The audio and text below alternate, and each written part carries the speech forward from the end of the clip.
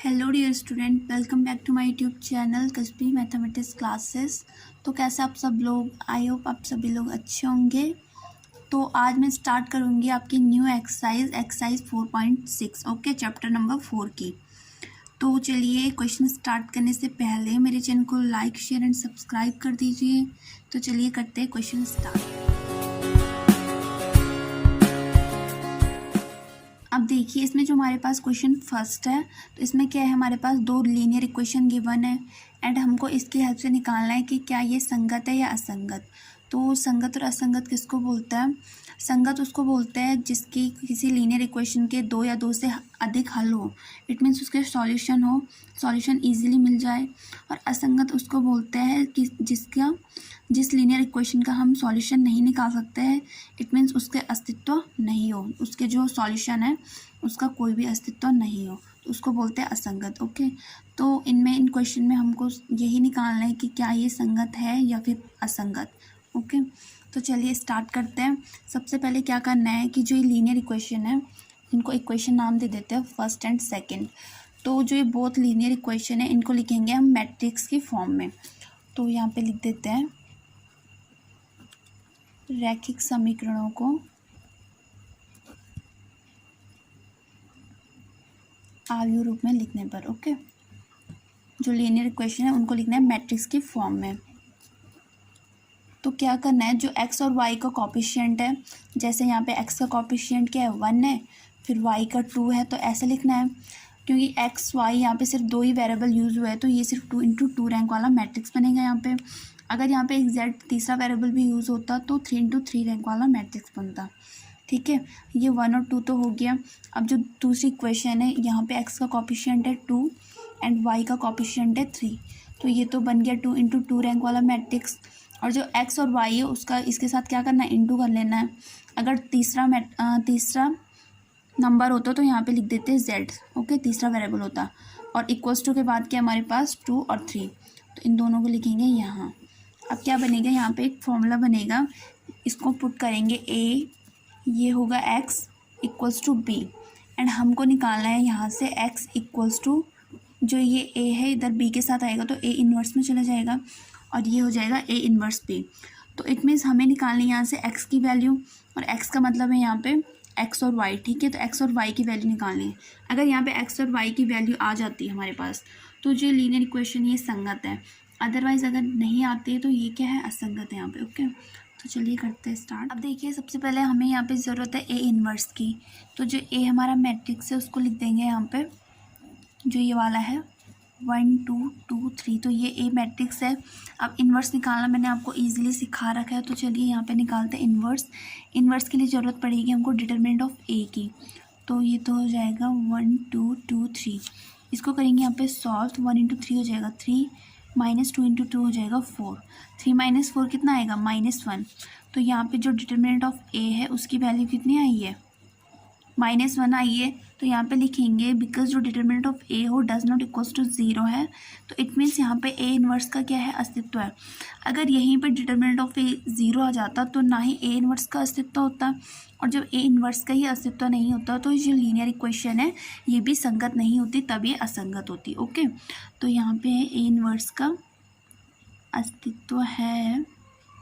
और अब हमको क्या करना है, डिटरमिनेंट ऑफ a तो हमने निकाल दिया है। अब जो ये मैट्रिक्स a है इसके जितने भी एलिमेंट है चारों के चारों, इनके निकालने हैं हमको कोफैक्टर। तो ये लिख देंगे 1 2 2 3 का सहखंड। ओके, कोफैक्टर हो जाएंगे, तो ये इक्वल है एक दूसरे के। अब 1 का कोफैक्टर क्या निकलेगा, यहाँ पे 1 फर्स्ट रो में एंड फर्स्ट कॉलम में, तो इसको छोड़ के बचेगा 3, तो 1 का कोफैक्टर आ गया 3। और 2 का कोफैक्टर क्या आएगा, यहाँ पे 2 फर्स्ट रो में एंड सेकंड कॉलम में, तो ये क्या होता है, माइनस में आएगा, और सिर्फ यही बच रहा है यहाँ पे, तो इसका आ जाएगा -2। अब जो ये वाला 2 है तो इसका भी कोफैक्टर क्या आएगा, ये सेकंड रो में एंड फर्स्ट कॉलम में, तो इसके छोड़ के बच रहा है सिर्फ 2, और साइन तो माइनस का भी आता है, तो ये जाएगा -2 एंड 3 का कोफैक्टर आ जाएगा यहाँ पे 1। ठीक है, ये मैंने आपको सिखा रखा है कि कैसे निकालना है। अब इन कोफैक्टर की हेल्प से क्या निकलेगा, एक मैट्रिक्स निकलेगा C, जिसको हम नेम देते हैं C। तो ये जो एलिमेंट है इनको लिखना है हमको रो वाइज। ओके, अब ये तो लिख दिया है। अब इसकी हेल्प से निकलेगा हमारे पास एडजॉइंट ऑफ ए। तो ये हो जाएगा adjoint of A equals to C dash, it means transpose of C. तो एडजॉइंट ऑफ ए क्या हो जाएगा, जो रो है सी वाले मैट्रिक्स की वो कॉलम में कन्वर्ट हो जाएगी और जो कॉलम है रो में, ठीक है। तो ये जाएगा 3 - 2 - 2 1, ठीक है। एडजॉइंट ऑफ ए तो आ चुका है, अब निकाल हमको ए इनवर्स। तो ए इनवर्स के लिए फॉर्मूला होता है adjoint of A upon determinant of A. A inverse इधर आ जाएगा और एडजॉइंट ऑफ ए क्या निकला अभी हमारा 3 - 2 - 2 1 एंड 1 अपॉन डिटर्मिनेंट ऑफ क्या है -1। तो ये बाहर से मल्टीप्लाई हो जाएगा -1 से। तो ए इनवर्स क्या निकलेगा इसका, ये अंदर सॉल्व कर देंगे, माइनस प्लस को जाएगा माइनस, फिर माइनस माइनस का प्लस, फिर माइनस माइनस का प्लस एंड माइनस प्लस का हो जाएगा माइनस, वो माइनस, ठीक है। तो ए इनवर्स तो निकल गया हमारा। अब हमको रखना है इसको अपने फॉर्मूले में, जो था x equals to A inverse b। तो x की जगह क्या है यहाँ पे xy जो हमने पुट की थी, देखिए यहाँ पे x की जगह है xy और b की जगह है 2 और 3। पहले ए इनवर्स लिख लेते हैं हम यहाँ पे, जो अभी निकाला हमने वो है -3 2 2 -1 एंड b की जगह है 2 और 3, ठीक है। अब इतना तो हमारे निकल चुका है। अब हमको क्या करना है कि इन दोनों मैट्रिक्स की करनी है आपस में मल्टीप्लाई। तो ये हो जाएगा, इधर तो लेफ्ट हैंड साइड यही बचेगा क्योंकि हमको x और y की वैल्यू निकालनी है।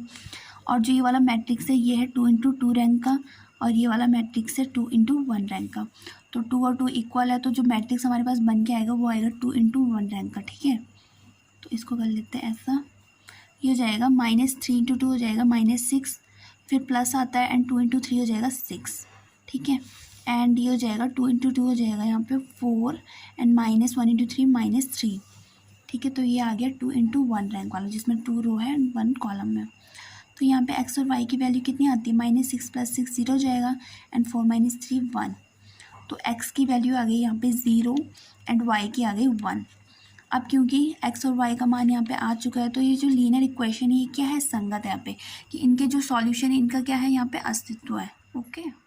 अब देखिए जो क्वेश्चन नंबर 3 है तो ये भी सेम एज क्वेश्चन नंबर 1 की तरह है और क्वेश्चन नंबर 2 भी ऐसी है, ठीक है।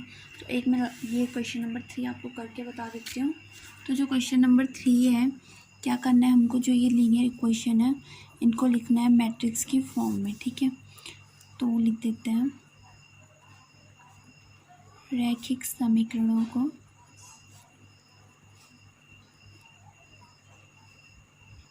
आयु रूप में लिखने पर,